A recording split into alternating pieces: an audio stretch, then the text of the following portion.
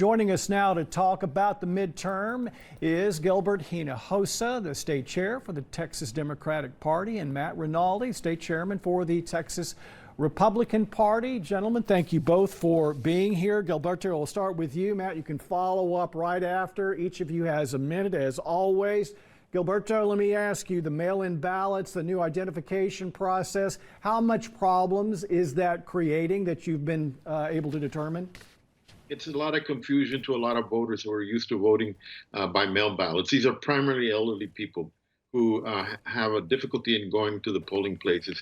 Now, without any evidence that there had been any fraud in this particular area, the Republicans passed a law that said that you had to provide not only you could either provide a driver's license or your Social Security number, but when you send out your ballot, your application for the ballot, they compare it to whatever you had on file. If you don't remember what you had on file and you put the wrong number on there, then they bounce back your ballot, and the elections officials cannot call the voter and tell them to correct it. This is just another effort to discourage people from voting that the Republican Party continues to engage in. Gotcha. Matt, let me ask you, the Democrats having all kinds of problems. What about the Republicans? What are you hearing? We're not hearing any problems at all, actually. And first of all, I do want to congratulate Gilberto on the case he won as an attorney alleging and proving voter fraud. So congratulations on that. We are having a great time voting. We have a strong early voting turnout expected.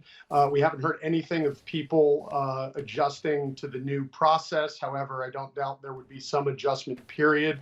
But overall, Texas is an easier place to vote than many blue states like Connecticut and Delaware. Many of those states don't even allow mail-in ballots for people over the age of 65 unless they're not going to be physically present in the state.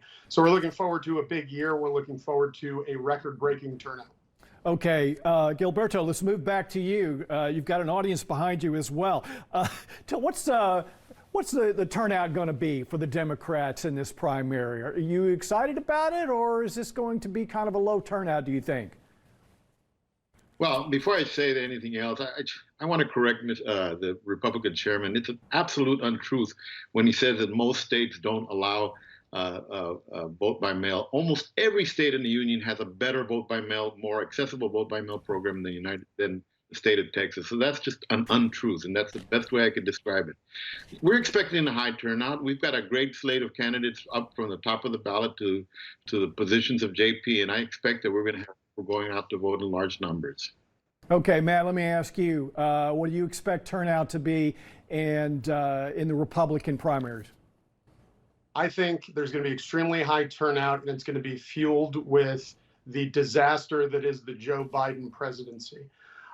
We see inflation high, we see store shelves empty, the border's a disaster, our foreign policy is a disaster, and people see it. And we see that in the polling, too.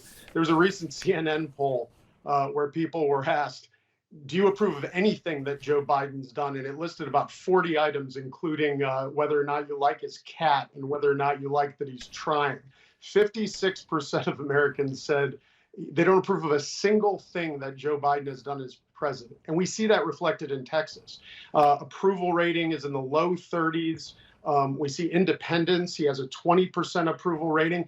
39% of Democrats don't like the direction that the country's going in. So we think this is going to be a monumental repudiation of the Biden presidency. Matt Rinaldi, Texas Republican Party, thank you. Gilberto Hinojosa, Democratic Party. Guys, we'll see you next week. Thank you. Appreciate it. Go vote.